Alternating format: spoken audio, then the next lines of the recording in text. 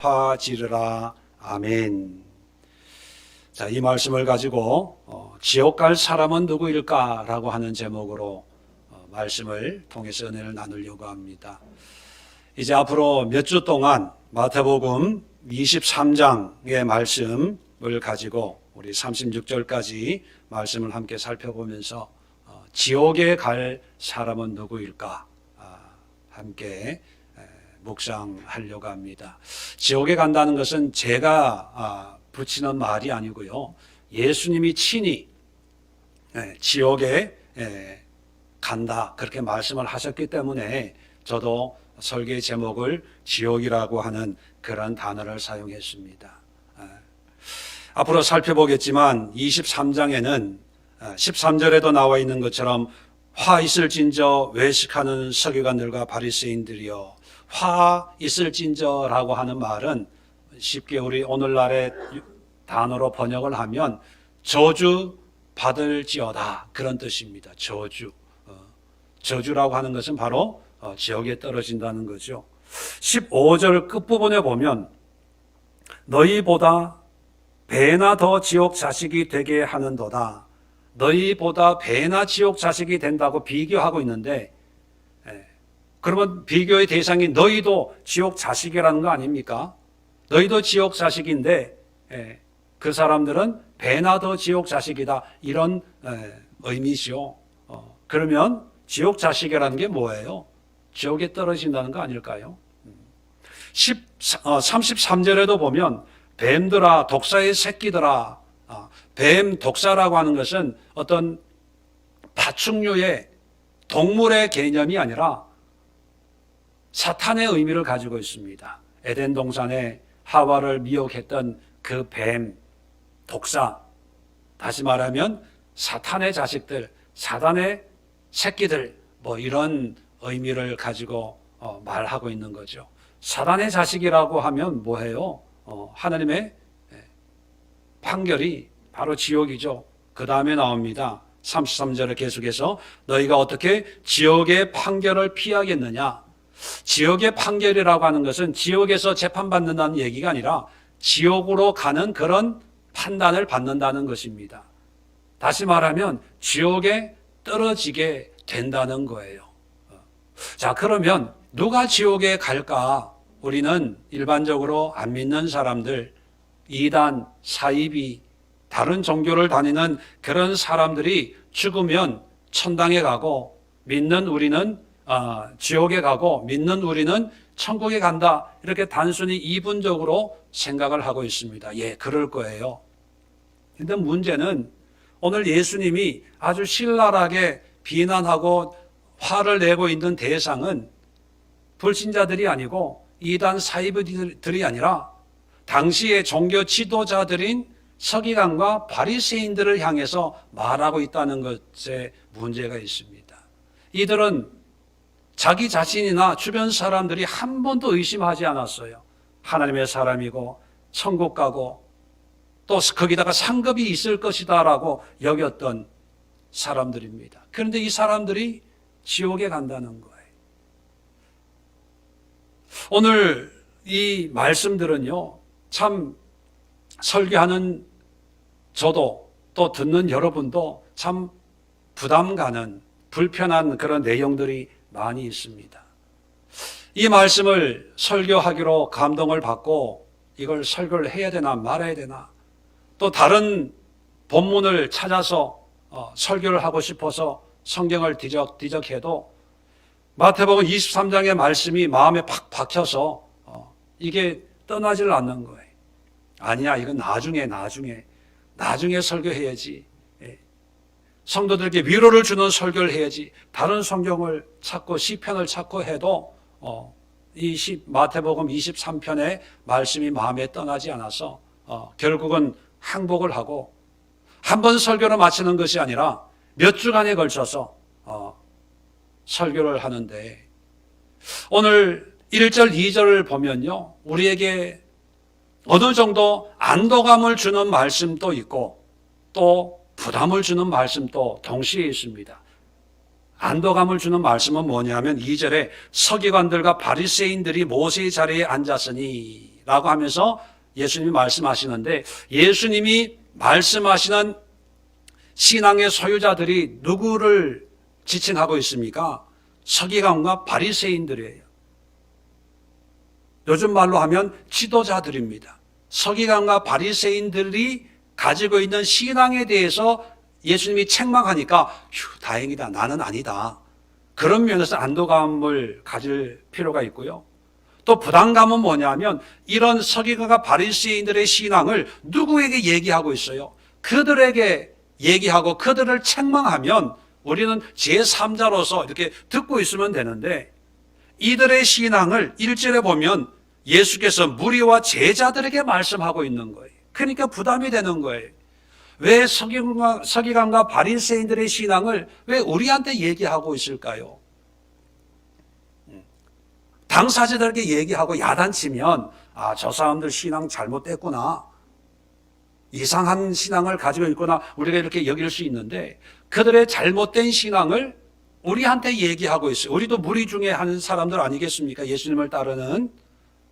그러면 예수님은 무슨 의도로 이런 말씀을 할까?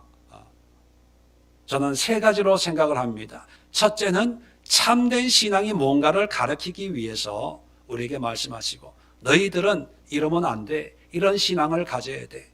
두 번째는 분별하라는 거예요.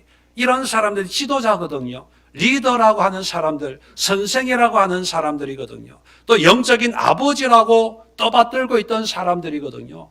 이런 사람들의 잘못된 그런 신앙을 적나라하게 보여주면서 너희도 좀 분별해라, 분별해. 뭐가 랍비고 뭐가 영적인 아버지고 누가 지도자인지 좀 분별하면서 신앙생활해라, 이 사람들아. 그런 안타까움으로 말씀하고 있을 수도 있고, 세 번째는 경고입니다.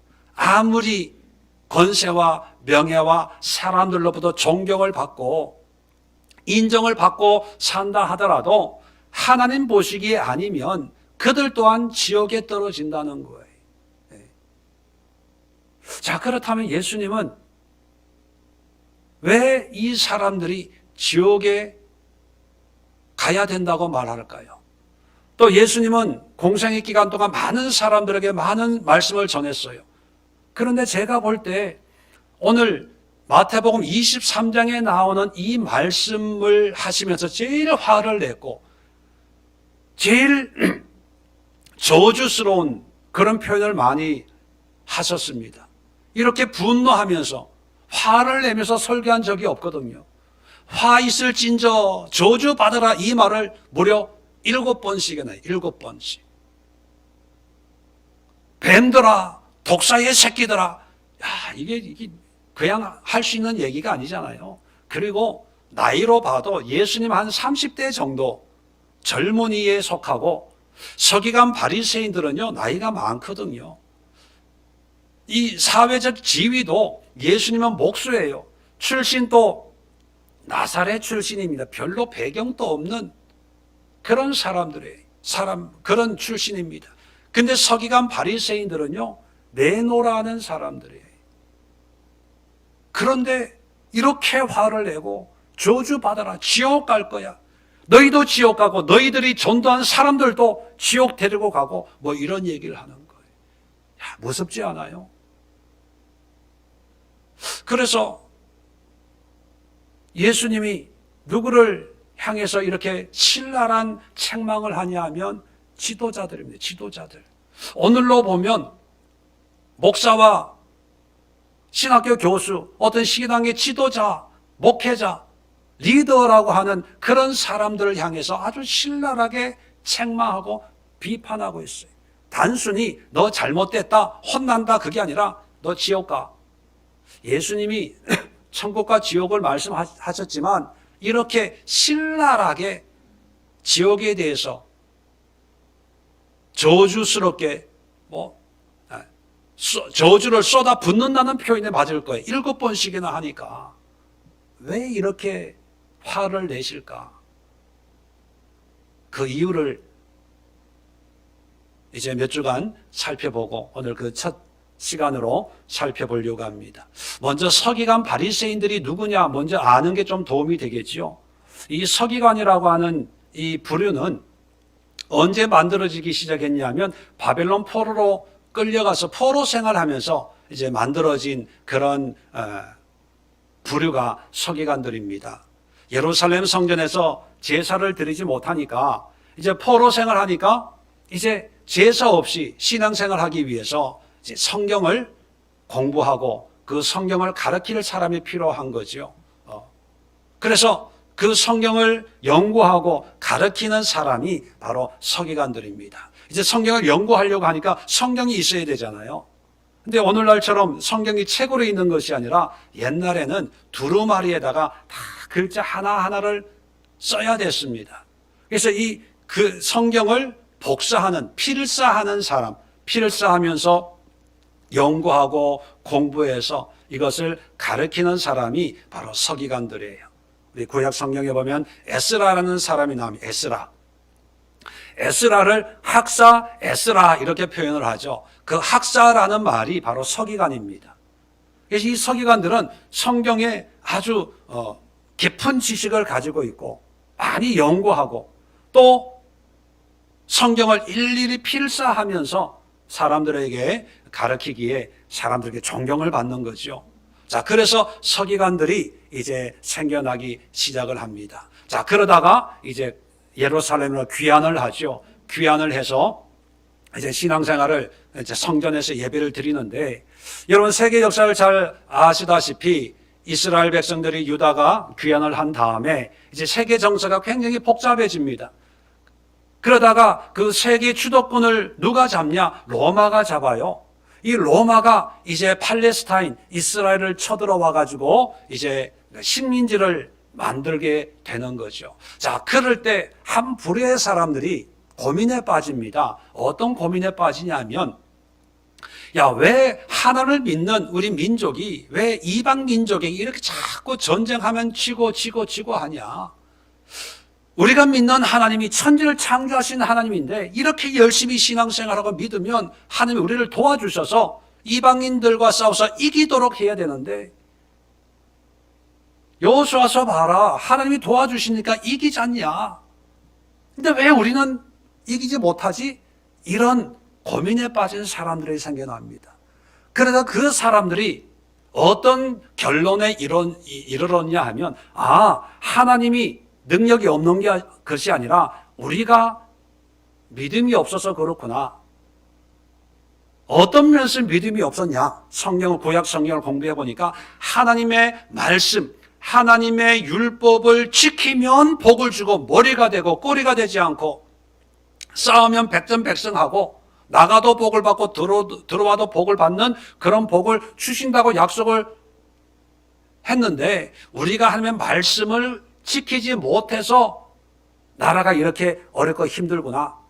그렇다면 우리가 하나님의 말씀 그대로 지키고 순종하자. 그런 사람들이 생겨나게 된 거예요. 그래서 이 사람들은 율법을 그대로 지키고 또 율법에다가 모세 오경을 연구해가지고 해야 될 것, 말해야 될 것, 이거를 딱 정리해가지고 613개의 항목을 만들어 놓고 이것만 철저하게 지키면 하나님이 우리를 도와주실 거야. 이런 사람들이 생겨났습니다. 그래서 이런 사람들을 우리가 바리새인 그렇게 표현합니다. 바리새라고 하는 말은 구별된다, 차이가 난다, 그런 의미를 가지고 있어요. 우리는 하나님의 말씀을 율법대로 지키는 그런 사람이다라고 하는 프라이드를 가지는 거예요. 그러니까 서기관들, 율법을 가르치는 사람과 율법으로 사는 사람이 이게 짝짝꿍이 맞는 거예요. 그래서 서기관과 바리새인들은 아주 좋은 관계로, 바리새인들은 이론적인 이론가라면, 서기관이 이론가라면 바리새인들은 행동가예요. 그러니까 이 두 부류의 사람이 어떤 신앙의 주도권을 가지고 있습니다. 그런 반면에 또 어떤 신앙인들은, 야, 하나님이 허락하시니까 로마를 우리나라에 오게 했지. 그러니까 우리가 신앙생활을 하지만 또 현실과 적당히 타협해서 하나님을 또 믿으면 되는 거 아니냐, 현실 타협주의의 사람이 생겨나요. 그래서 이런 사람들은 정치도 하고 사업도 하고 이런 주류의 부를 누리면서 권세를 누리면서 신앙생활도 영위하려고 하는 이런 사람들이 생겨나는데, 이런 사람들은 사두개파, 성경에 사두개파 이렇게 표현하고 있습니다. 자, 그렇게 보면 서기관과 바리새인들은 어떤 사람이냐? 자기 나름대로는 열심히 헌신해서 우리의 삶을 주님 앞에 들여서 말씀대로 사는 그런 사람이다. 그런 자부심을 가지고 있고, 주변에서도 일반 백성들도 그렇게 인정을 하고 있는 그런 사람들입니다. 자, 그래서 말씀드린 것처럼 서기관과 바리새인들은 자기 자신도 하나님을 믿는 사람이고, 바울이 나도 바리새인이고 율법으로는 흠이 없는 사람이다 이렇게 당당하게 얘기할 정도로 아주 프라이드가 있는 그런 사람들입니다. 그런데 정작 뚜껑을 열고 보니까 하나님이신 예수님의 판단은 뭐예요? 저주받아라, 마귀 새끼들이다, 지옥에 가라, 지옥에나 가라, 이러는 거예요. 기가 찰 너로 다닙니까? 아니, 사두개파들도 있는데 총독하고 짝짝꿍이 되고 로마 황제하고 짝짝꿍이 되어서 신앙 팔아먹고 다 이런 사람들도 있는데, 성경을 보면요, 사두개파에 대해서는 이렇게 신랄하게 또 언급조차 안 해요. 근데 다 보면 바리새인들. 왜 그럴까요? 이유가 있습니다. 하나씩 살펴보면서 우리의 신앙을 한번 점검해보는 시간을 가져보도록 하겠습니다. 자, 2절에 보면 서기관들과 바리새인들이 모세의 자리에 앉았으니, 자, 그러므로 무엇이든지 그들이 말하는 바는 행하고 지키되 그들이 행하는 행위는 본받지 말라. 그들은 말만 하고 행하지 아니하며 또 무거운 짐을 묻고 사람의 어깨에 지우되 자기는 이것을 한 손가락도 움직이려 하지 아니하며. 자, 여기에서 문제가 어디에서 시작하냐 하면 모세의 자리에 앉았다. 여기서부터 문제가 시작하는 거예요. 모세의 자리라고 하는 것은요, 당시 예수님 당시에 회당에 들어가면 제일 중앙에 모세의 자리라고 하는 그런 특별한 좌석을 만들어 놓습니다. 이 모세의 자리에 앉아서 이제 성경을 이제 읽고 가르치는 거예요. 말씀드린 것처럼 두루마리거든요. 두루마리 성경 앞에 펴놓고 이제 막대기 같은 걸로 감히 성경을 붙들고 이렇게 할 수가 없어요. 왜? 거룩한 것이고 또 비싼 거니까, 사람이 다 손으로 쓴 거니까 성경을 누구나 가질 수 있는 게 아니거든요. 그래서 그거를 이제 모세의 자리에서 앉아서 성경을 읽고 그것을 이제 선포하는 그런 사람들이 서기관과 바리새인들입니다. 왜 이것이 문제가 되는 걸까요? 여러분, 모세의 자리에 앉는다는 것은 모세의 권위를 갖겠다는 거 아닙니까? 또 모세의 대리자의 그런 마음으로 이 말씀을 선포한다, 그런 생각을 가지고 모세의 자리라고 만들었을 거예요. 왜냐하면 광야에서 하나님이 모세에게 말씀을 주시면 모세는 그 말씀을 백성들에게 선포했고 백성들은 그 모세의 말을 듣고 순종했기 때문이지요. 그런데 이게 왜 문제가 될까요? 문제가 되는 것은 모세가 문제가 아니라 서기관과 바리새인들이 문제입니다. 요한복음 9장에 보면 어떤 사건이 있냐면, 나면서부터 소경된 사람을 안식일에 예수님이 고쳐주셨어요. 이걸 보고 바리새인들이 발끈한 거예요. 아니, 안식일날 어떻게 소경을 눈을 뜨게 하냐? 그래서 소경을 소환해가지고 신문을 합니다. 누가 너의 눈을, 이 안식일에 눈을 뜨게 했냐? 예수라는 사람이 내 눈을 뜨게 했습니다. 아니, 그 예수가 누군데? 그러면서 너 혹시 사기치는 거 아니야? 원래 소경 아니었는데 예수하고 짝짝꿍이 돼가지고 눈 떴다고 거짓말 하는 거 아니냐? 해가지고 그 엄마까지 불러요. 그 엄마가 불러놓고 이 사람 원래 당신 아들 소경이었냐고 물어봐요. 예, 그렇다고. 그런데 밖에 나갔다 오더니 눈 떠서 왔다고. 나도 어떻게 됐는지 모르겠다고. 그러니까 다시 소경을 또 불러와요. 꼬치꼬치 물어봐요. 자, 그럴 때 소경이 자꾸 물어보니까 나중에는 뭐라고 얘기하냐면, 잠깐만요, 바리새인님, 뭐 어떻게 호칭했는지 모르겠어요. 아니, 자꾸 이렇게 내가 예수님이 내 눈을 뜨게 했다고 얘기하는데 왜 자꾸 물어보는 거 보니까 당신도 혹시 그 예수의 제자가 되려고 그러는 거 아닙니까? 이렇게 질문을 해요. 그랬을 때 요한복음 9장 28절에 뭐라고 기록되어 있냐면, 그들이 욕하여 이르되 너는 그의 제자이나 우리는 모세의 제자다. 그래, 이 바리새인들이 이 프라이드가 뭐냐면, 우리는 모세의 제자다. 모세의 제자기 때문에 모세의 자리를 만들어 놓고 모세처럼 행세하고 모세처럼 말씀을 전하는 거예요. 왜 이게 문제냐 하면, 여러분, 신앙의 주인공은 누굽니까? 하나님이에요. 하나님의 모세를 사용했지만 모세를 보고 신앙생활하는 게 아니라 하나님을 보고 신앙생활을 해야 돼요. 모세의 자리가 회당에 있어서는 안 되는 거예요. 왜냐하면 사람들은 보이지 않는 하나님보다 보이는 모세가 더 유익되다라고 생각을 했는지도 몰라요. 그리고 이 사람들은 모세의 제자라고 하는 그런 의식을 가지고 마치 자기가 모세의 계승자인 것처럼 그렇게 행동을 했다는 거예요. 그래서 말할 때마다 모세의 율법에는 모세가 말한 것은 다 모세로 시작해서 모세로 끝나는 거예요. 율법주의자라고 하는 게 뭐예요? 율법을 그대로 지키는 사람들 아닙니까? 근데 율법은 누가 준 거예요? 하나님이 준 거예요. 그러면 하나님의 뜻을 따라서 사는 하나님의 백성이 되어야 되고, 하나님의 자녀가 되어야 되고, 뭐 하나님의 제자의 그런 마음을 가져야 되는데, 하나님은 온데간데 없는 거예요. 모세만 있어요, 모세만. 그래서 이들의 신앙은 모세, 인간이 주인이 되는 거예요. 인간이 주인이 되다 보니까 사람들에게 뭐를 드러냅니까? 인간을 드러내는 거예요. 제일 한가운데 모세의 자리를 만들어 놓고 거기에 앉아서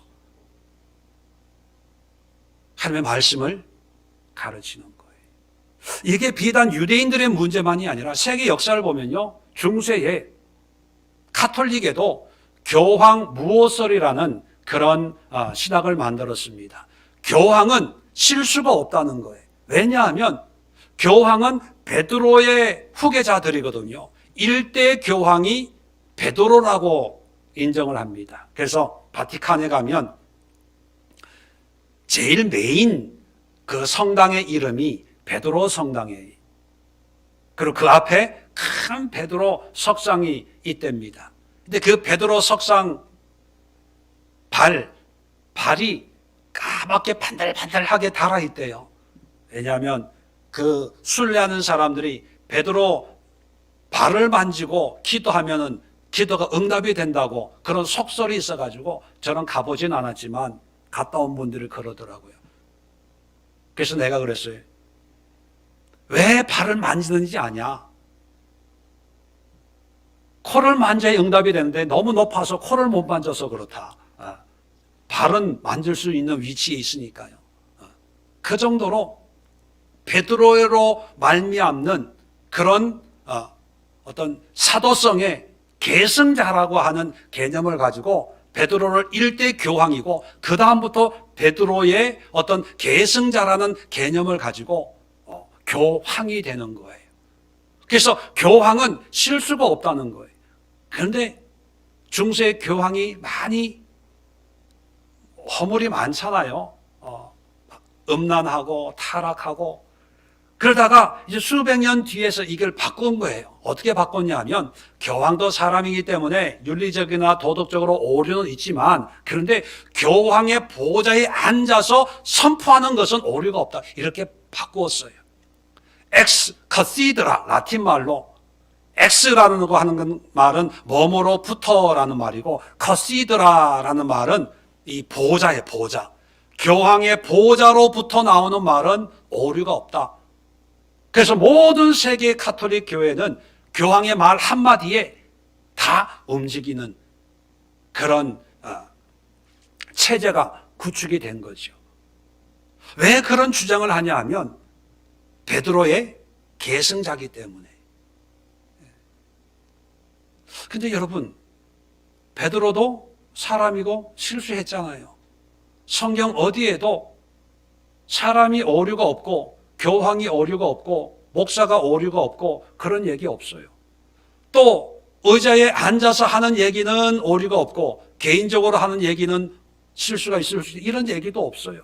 왜 그런 유대인들도 바리새인들도 모세의 자리, 가톨릭에서도 베드로의 자리, 교황의 자리 이런 걸 만들었을까요?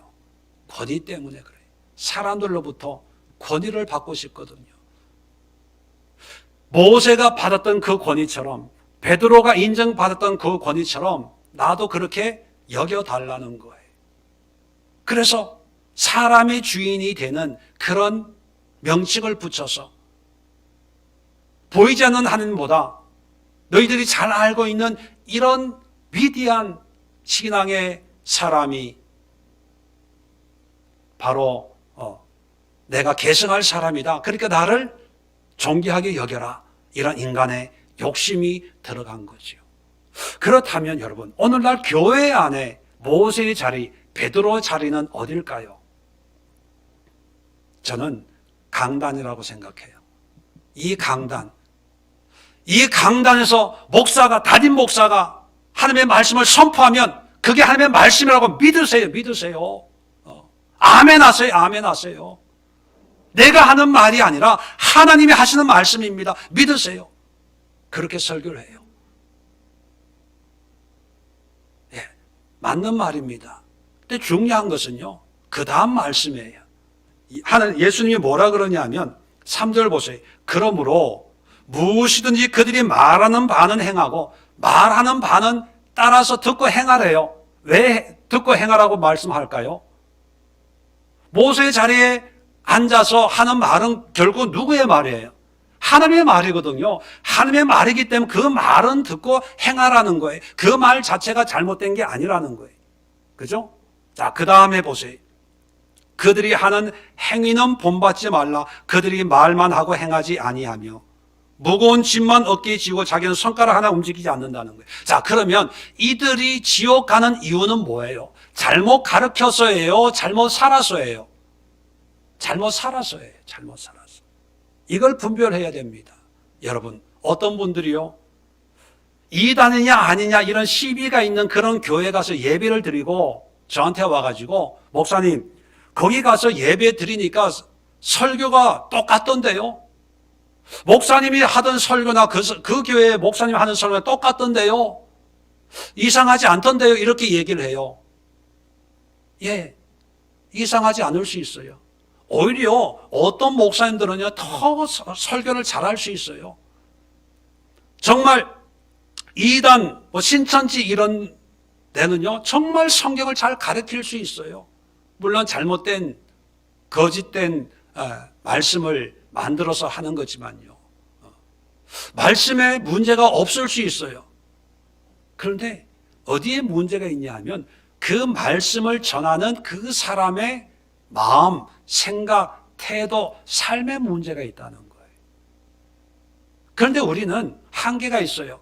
그분의 말씀을 들을 수 있는 상황은 돼요. 근데 그분의 마음과 생각과 삶을 들여다볼 수 있는 환경은 안 되잖아요. 그러니까 우리는 말씀으로 판단을 합니다. 그래서 괜찮다고 생각을 해요. 그런데 예수님이 이들을 판단하시는 것은 말씀이 잘못됐다고 얘기하지 않아요. 맞아, 들어, 그렇게 행해.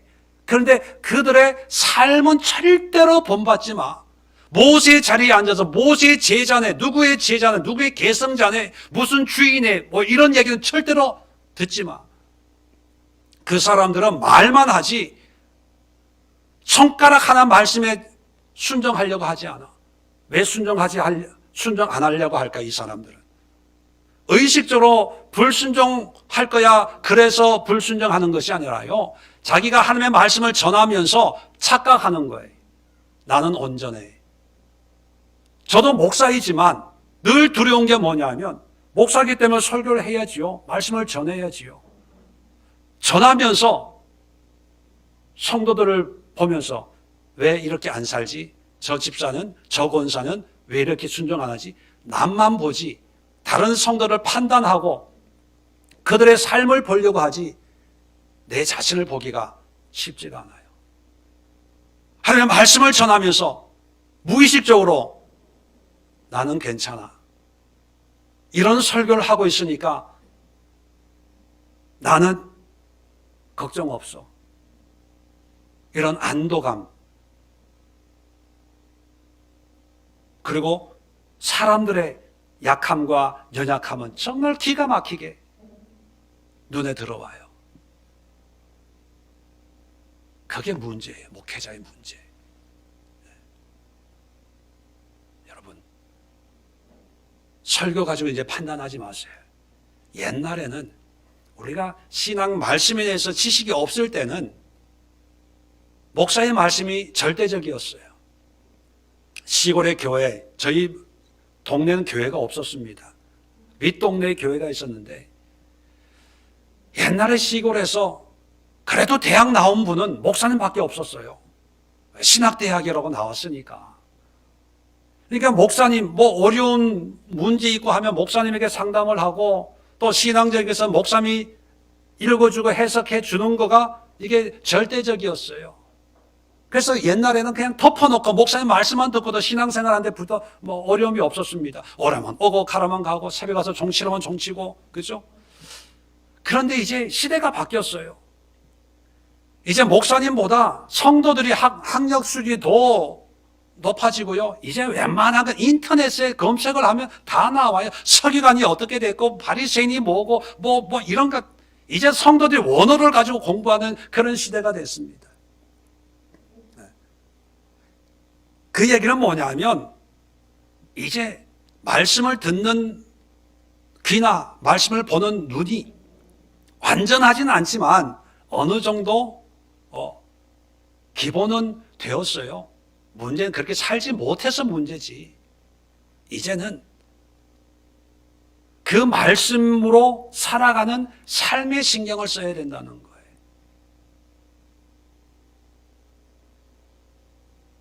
말하는 말만 듣지 말고 그 말씀을 선포하는 지도자의 삶을 봐야 돼요. 참 이런 설교하면서 제가 참 쥐구멍이 있으면 들어가고 싶은 이런 설교를 하기가 싫어서 피했거든요. 제 삶을 들여다보면 다 도망갈 텐데 그래도 말씀이니까 전해야지요. 뭐. 삶을 봐야 돼요. 그런데요. 작은 교회 목회자의 삶은 유리알처럼 다 드러나. 이제 어떤 분들은 우리 집에 와 냉장고 문도 확확 열어요. 이제 뭐 싱크대 문도 이렇게 열고 안방도 들어가고 뭐. 그런데 큰 교회 목사님들은 삶을 볼 수가 없어요. 저는 큰 교회에서 신앙생활을 시작했고 한국에서도 큰 교회에서 부목사 신앙생활을 해봤거든요. 이민교회 3,000명 이상 되는 교회는 한국 교회로 보면 한 3만 명 되는 그런 비율적으로 보면 거기서 부목사 할 때는요 참 편했어요. 편한 것이 뭐가 편하냐면 내 개인적인 삶을 이렇게 가림막을 치기가 참 편해요. 왜? 교인들이 제 교구가 한 200명 되니까 교구가 200명에 300명 정도 되니까 누가 목사님 알려고도 하지 않고 목사님하고 정심에 예배 마치고 밥 한번 먹어주는 것도 감격해요. 감격해. 서울에서 부목사님으로 있다가 신방을 갔더니만 내가 놀랬어요. 제가 교구를 맡은 목사가 아니고 그냥 청년부하고 이렇게 다른 부서를 맡고 있는데 어떻게 해서 이제 신방을 갔는데 제가 신방 온다고요? 그 전날 도배를 했대. 도배를. 그래서 그 감동받아가지고 내가 도배 한 대 벽에다가 손 얹고 기도할 뻔했어요. 너무 감동받아가지고. 왜 도배까지 하셨냐고 그랬더니만 어린 아이들이 있으니까 왜 크레용으로 막 칠하고 막 그림 그리고 해놔가지고 목사님 오시는데 어떻게 이렇게 하냐고 그랬다는 거예요. 참 그런 분위기 속에서요, 목회자는 거룩을 가장할 수 있겠더라고요. 할렐루야. 내 삶은 가려놓고 좋은 말씀으로, 은혜로운 말씀으로 사람들을 웃기기도 하고 울리기도 하고 그렇게 할 수 있더라고요. 그래서 이래봬도 좀 인기가 있던 부목사 중에 한 사람이었습니다. 네. 그런데 작은 교회를 하니까 그게 안 되는 거예요. 가리고 싶어도 가려지지가 않는 거예요. 주일날 오면 사모 얼굴만 보면 다 나타나요. 사모 얼굴에 기미가 있고 뭐 주름이 있고 하면 목사님 속썩였구나. 그죠? 다 나타나요. 그게 좋아요. 저는. 그래서 우리 교인들이 되도록이면 저희 집에 와서 같이 먹고 마시고 교제하고 이러를 참 좋아해요. 근데 코로나 때문에 이게 안 되는데 이제 코로나가 좀 끝나면 좀 그랬으면 좋겠어요. 제가 말씀드린 요지는 뭐냐 하면 사람이 중심이 되는 신앙생활을 하지 말고 사람은 다 똑같아요. 아무것도 아니에요. 우리가 바라봐야 될 것은 하나님이에요. 하나님을 가로막는 것이 있다면 모세의 자리도 깨부숴야 돼요. 베드로의 자리도 교황도 깨부숴야 돼요. 하나님을 가로막는 목회자의 카리스마적인 리더십이나 어떤 목사의 어떤 인격이나 목사의 어떤 지성이나 목사의 어떤 개인적인 영성이 교인들의 시야를 가로막고 있다면 그것도 깨뜨려야 됩니다. 그래서 교인들로 하여금 하나님만 바라보게, 하나님만 바라보게. 하나님만 바라보게 하는 것은 뭐예요? 바른 말씀과 바른 삶을 보여주는 거예요. 지난주에도 말씀드렸죠. 구원받을 사람의 본이 되게 하려 하심이라. 바울이 은혜 받은 목적이 본이 되는 거예요. 본이 되는 거. 나를 보고 하늘을 보는 그런 본이 되게 하는데 이 사람들은 나만 봐, 모세만 봐, 교황은 베드로만 봐 그랬다는 거예요. 그랬을 때 지옥 가는 거예요. 저주받는 거예요. 자, 두 번째 5절부터 7절까지의 내용을 보면 그들의 모든 행위를 사람에게 보이고자 하나니 곧 경문띠를 넓게 하며 옷수를 길게 하고, 경문이라고 하는 것은 뭐냐 하면 이 네모난 조그만 상자를 만들어 가지고 거기에 하나님의 말씀을 집어넣어요. 집어넣어 가지고 이마에 이렇게 줄을 달아서 이마에 이렇게 옛날에 이렇게 쪽두리 결혼식 할 때 왜 새색시 쪽두리 하듯이 이마에 이렇게 묶는 그걸 경문회라 그럽니다. 그리고 옷술은 뭐냐 하면 신명기에 보면 옷 네 귀퉁이에 실을 길게 늘어뜨려라 그런 말씀이 있어요. 그래서 이 청색 실을 옷 겉옷 끝에 술을 이렇게 파란 줄로 실로 술을 만들어요. 그것은 뭐냐 하면 경문은 내 마음에 하나님의 말씀으로 가득 채우겠습니다. 내 머릿속에 내 마음과 생각 뜻이 하나님의 뜻에 순종하며 살겠습니다라고 하는 그런 의미로 이마에 또는 손목에 붙이는 거고, 술은 하나님과 동행하겠습니다. 하나님께 헌신합니다. 하나님과 함께하는 삶을 살겠습니다. 그런 의미로 이렇게 술을 다는 거예요. 그래서 이렇게 걸어가면 술이 흔들흔들 하잖아요. 하나님이 나와 동행하시는구나. 하나님과 함께하는 삶을 사는 사람이구나. 스스로 자각할 수 있도록 어떤 외적인 모양을 하기 위해서 그렇게 하는 거예요. 그런데 이 서기관과 바리새인들은 이 경문을 엄청 크게 만드는 거예요. 술을 길게 하는 거예요. 밟힐 정도로. 그러면 걸으면 치렁치렁 하잖아요. 이렇게 해놓고 어떻게 하냐면 5절에 보면 그들의 모든 행위를 사람에게 보이고자 하는 거예요. 사람에게 보이는 거예요. 자, 보이기 위해서 어떻게 하냐? 6절에 잔치의 윗자리, 잔치 제일 높은 곳에 이마에 이따만한 걸 덮어쓰고 가는 거예요. 그리고 회당의 높은 자리, 제일 높은 2층, 3층 이런 데 앉아 있는 거예요. 사람 다 보게. 그 다음에 7절에 시장에서 문안 받는 것, 이 시장에서 이렇게 입구에 서 있는 거예요. 인사받으려고. 아이고, 서기관님 나오셨습니까?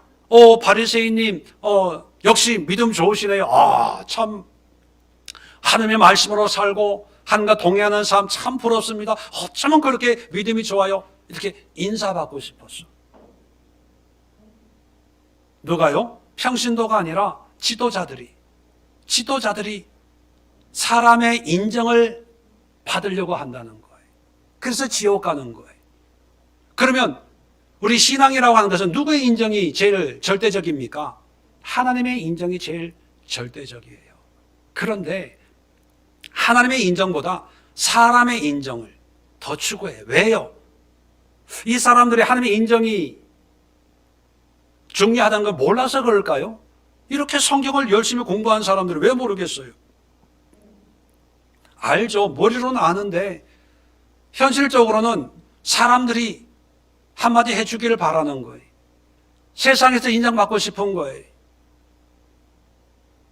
경문을 크게 하고 수를 길게 한다는 것은 뭐예요? 자기의 어떤 존재감을 드러내는 거거든요. 오늘날엔 어떤 걸까요? 직분일 수 있어요. 목사, 장로, 권사, 또 박사학위, 어디 출신, 어떤 교회 목회를 하고 책을 몇 권을 쓰고 이런 것일 수 있어요. 여러분, 그 자체가 잘못된 건 절대로 아닙니다. 능력 있으면 그렇게 해야지요. 그런데 우리의 관심이 사람이 어떻게 판단하는가가 아니라 하나님이 어떻게 보시는가에 더 관심을 가져야 된다는 거예요. 어떤 분의 명함을 받아보니까 지금 하고 있는 경력이 명함 뒷면을 작은 글씨로 빽빽하게 적어놨더라고요. 별의별 게 다 있어요. 경찰서에 무슨 뭐부터 시작해서. 그게 나쁜 게 아니에요. 할 수 있으면 해야지요. 그런데 세상에서 그렇게 인정받는 것처럼 하나님 앞에서 그렇게 인정받으려고 신실한 삶을 살아내는가 하는 거예요. 예수님이 볼 때 이 사람들은 그게 아니라는 거예요. 예수님은 요한복음 9장에 보면 오병이어 기적을 일으키고 수많은 사람들이 몰려와서 예수님을 왕을 삼으려고 했습니다. 아무나 왕이 됩니까? 그 당시에 참 사회가 어려웠거든요. 근데 구세주라고 여기고 왕을 삼으려고 했을 때 그 시대 상황을 예수님도 누구보다 잘 알고 있죠. 아마 보통 사람 같으면 이 도탄에 빠진 이 나라를, 이 백성들이 나를 그렇게 원한다면 내가 왕이 되어서 뭔가를 해보리라. 요즘 같으면 윤석열인가 그분처럼 여기저기서 대통령 후보 얘기가 나올 때 이 나라를 위해서, 국민을 위해서, 자유민주주의를 위해서 내가 이런 생각을 하는지 안 하는지 모르겠지만 그런 분위기처럼 말 한마디 좋습니다. 한마디만 하면 왕이 될 상황인데 예수님은 도망가셨어요. 혼자 산으로. 혼자 산에 있다가 다 흩어진 다음에 새벽에 이제 갈릴리 바다로 오셨거든요. 왜 그랬을까요? 사람의 인정 좋아요. 나쁜 게 아닙니다. 그런데 사람의 인정이 곧 하나님의 인정하고 연결되는 건 아니거든요. 그래서 고린도후서 10장 18절에 이런 말씀이 있습니다. 옳다 인정함을 받는 자는 자기를 칭찬하는 자가 아니요 오직 주께서 칭찬하는 자신이라. 하나님이 칭찬해야 그게 진정한 칭찬이지 세상의 칭찬은 진짜가 아닐 수 있어요. 그래서 조심해야 돼요. 사람의 인정이 오히려 독이 될 수 있어요. 화가 될 수 있어요. 오늘날 인기, 명예, 성공, 부흥, 잘됨 이런 용어들이 정말 하나님의 인정 속에 이루어지면 두말할 나위가 없죠. 그런데 하나님과 상관없는 그런 나의 투쟁의 전유물이라면 화가 되는 거예요. 지옥 가요. 요즘 이렇게 경쟁하는 오디션 프로그램 보면 다 남들보다 뛰어나려고 해요. 어떻게 하면 뛰어나서 사람들의 관심과 호감과 인정을 받으려고 막 필사적으로 몸부림치는 것을 봅니다. 그런 걸 보면서 우리 그리스도인들이 하나님의 인정을 받으려고 그렇게 몸부림칠까? 그렇게 애를 쓸까? 내 자신도 참 부끄러워서 하나님 어떻게 하면 좋습니까? 내 이 모양, 이 몰골을 내 자신에 대해서 절망하고 탄식할 때가 한두 번이 아닙니다. 그러다가 사람들이 하는 말 한마디에 풀렸다가 매였다가 은혜 받았어요 한마디 말 속에 뭐 스트레스가 다 풀렸다가 목사님 설교가 이래요 저래요 그 말에 그냥 일주일 내내 얼굴 내천자 그리면서 다니고. 여러분, 우리의 신앙이 단순히 사람들의 위로를 받고 인정을 받고 그걸 위해서 노력하고 애쓰는 게 절대로 아닙니다. 하나님의 인정을 받아야 돼요. 하나님이 옳다 여기시는 그런 삶을 우리가 살아가는 것이 믿음이에요. 그러기 위해서는 때로는 세상의 인정과 하나님의 인정이 다를 때 그 다름을 인정하고 하나님을 선택할 때 때로는 박해가 될 수도 있고 고난이 될 수도 있고 손해가 될 수도 있는 거예요. 그걸 극복하는 거예요. 환경과 세상과 하나님이 다 좋은 게 좋은 그런 건 제가 볼 때 없더라고요. 하나를 희생해야 돼요. 내려놔야 돼요. 다 잡을 수는 없어요. 다 잡을 수는 없어요. 여러분도 한번 생각해 보세요. 코로나 일어나기 전에 열심히 영성 훈련하고 기도하고 말씀 보고 뭐 했어요. 그런데 지금도 그게 되나요? 잘 되고 있어요? 세상에 이제 좀 내가 원하는 것 하려고 하고 하면 이게 놔질 수밖에 없어요. 또 기도하고 하려고 하면 이걸 세상에 관심을 내려놔야 돼요. 어쩔 수 없어요. 어쩔 수 없어. 어차피 24시간 주어진 시간 속에 우리가 두 가지를 예수님도 두 주인을 겸하여 섬길 수가 없다고 말씀하고 하신 것처럼 안 돼요, 안 돼. 하나를 포기해야 돼요. 그러면 신앙이란 뭐냐? 하나님의 인정을 위해서 모든 걸 내려놓는 거예요. 그렇다고 해서 여러분, 하나님의 인정을 받기 위해서 세상에는 미움과 조롱과 비난만 받는다. 그렇게 또 생각할 필요가 없어요. 하나님이 쓰시는 용도에 따라서 세상에 또 명예도 누리는 사람이 있을 수 있습니다. 걱정하지 마세요. 미리부터.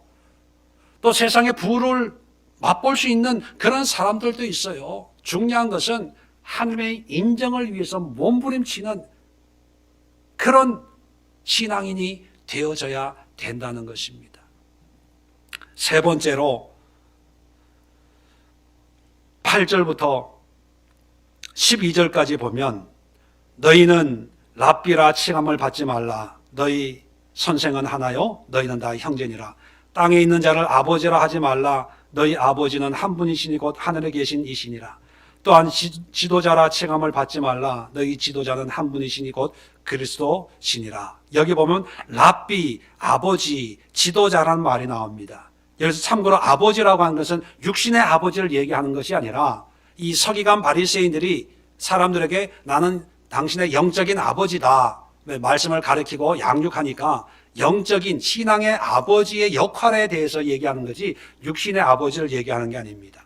이 랍비, 아버지, 지도자라고 하는 이 단어는 이 서기관 바리새인들이 아주 익숙하게 사용하는 그런 용어들이에요. 당시에 랍비를 보면 서기관 바리새인들 보면 랍비요 이렇게 부르고 아버지요 이렇게 불러요.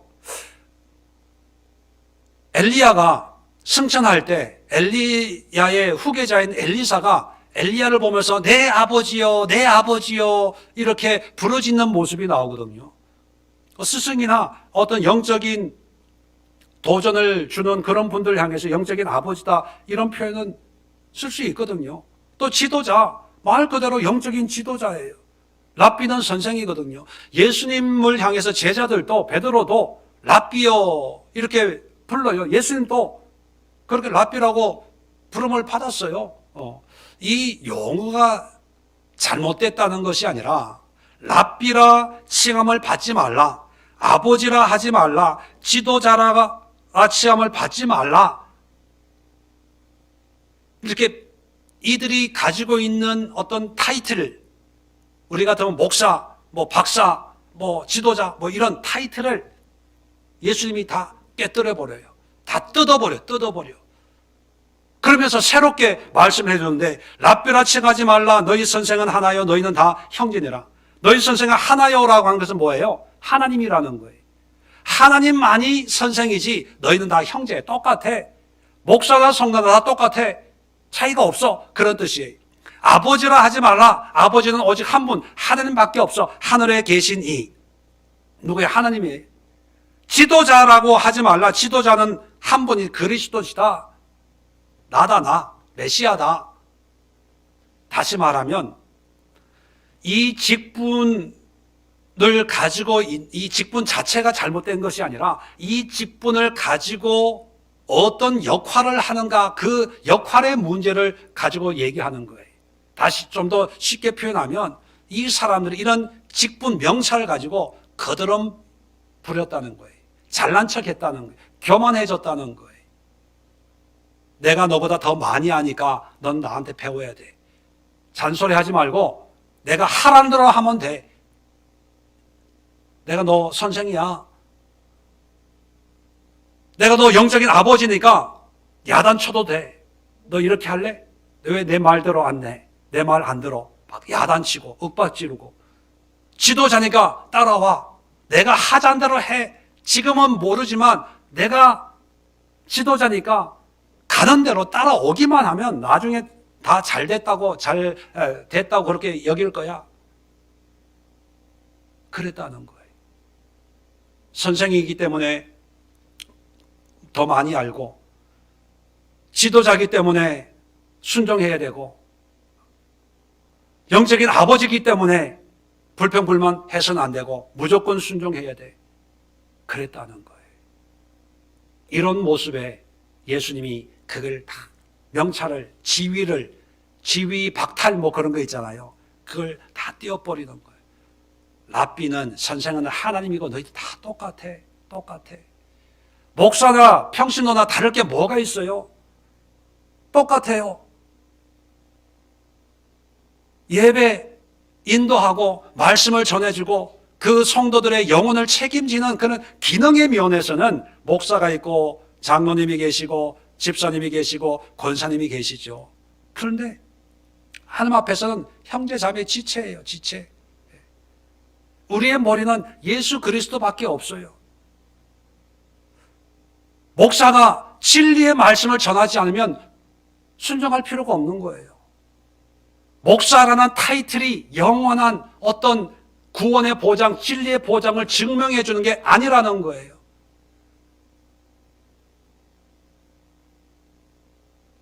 지도자, 영적인 아버지, 이런 것도 마찬가지입니다. 하나님 외에는 우리의 지도자는 없다는 거예요. 자, 그러면서 그 다음에 이렇게 얘기합니다. 11절에 너희 중에 큰 자는 너희를 섬기는 자가 되어야 하리라. 큰 자라는 건 뭐예요? 이들이, 서기관과 바리새인들이 일반 사람들을 향해서 우리는 너희와는 달라. 더 많이 배우고 더 많이 알고 또 지도자야, 자기가 마치 더 큰 자라고 여기고 있거든요. 큰 자라고 하는 사람은 어떤 사람이냐? 섬기는 자가 돼야 돼. 섬기는 자. 자, 그래서 누구든지 자기를 높이는 자는 낮아지고, 서기관과 바리새인들이 자기가 자기를 높이는 거예요. 랍비, 또 지도자, 또 아버지 스스로 높이는 거예요. 그러면 낮아져요. 어디까지 낮아질까요? 지옥에까지 낮아지는 거예요. 지옥에까지. 반대로 누구든지 자기를 낮춘다는 것은 섬기는 거예요. 더 많이 알아요. 더 많이 가지고 있어요. 더 많이 체험했어요. 그런데도 섬겨요. 그러면 높아지리라. 하나님이 높인대요. 자, 그러면 예수님도 랍비라고 그렇게 선생이라고 칭함을 받았잖아요. 선생으로서 예수님은 어떻게 섬기는 삶을 살았을까? 이거 한 군데만 찾아보고 마치도록 하겠습니다. 요한복음 13장을 한번 열어봅시다. 요한복음 13장 12절.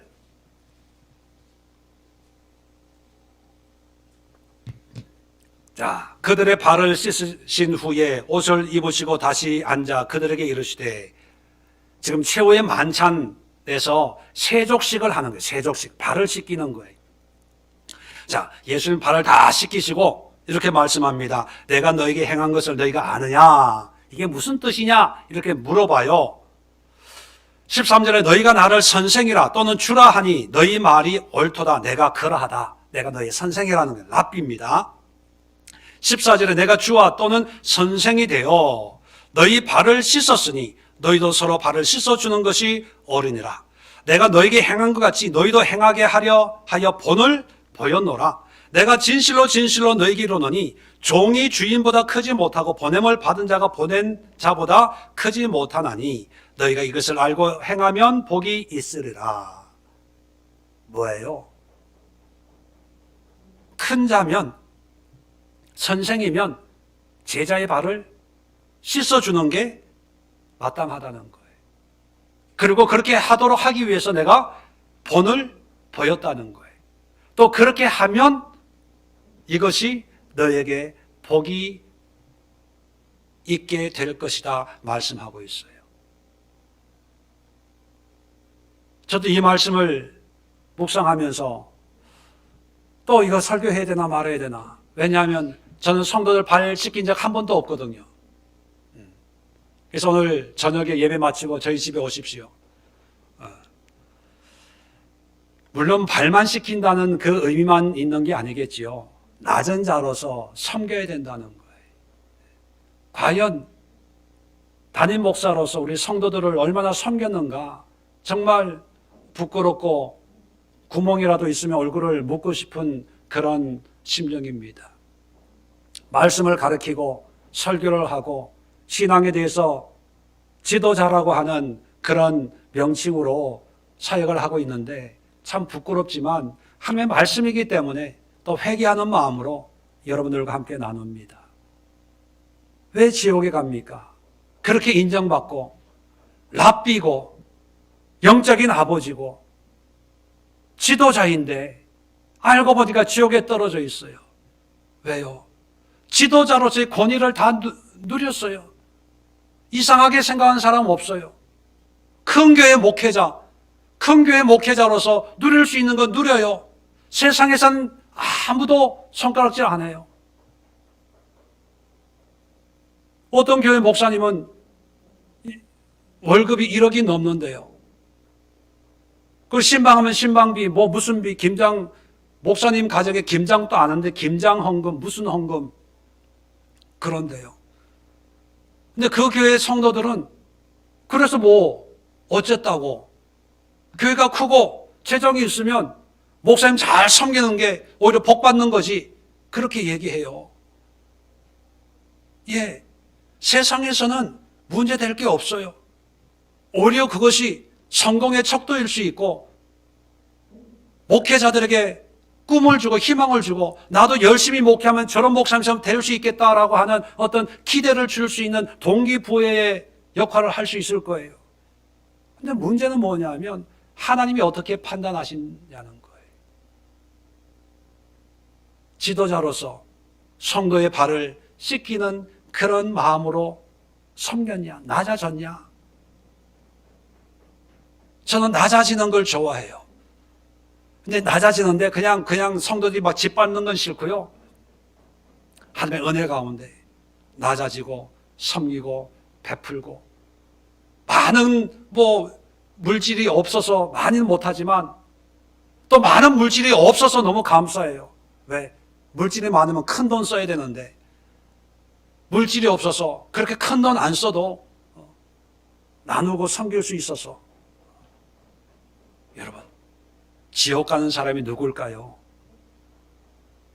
사탄 마귀 귀신 들리는 사람이 아니고요. 불신자들이 아니고요. 이단 사이비 이만희 같은 사람이 아닙니다.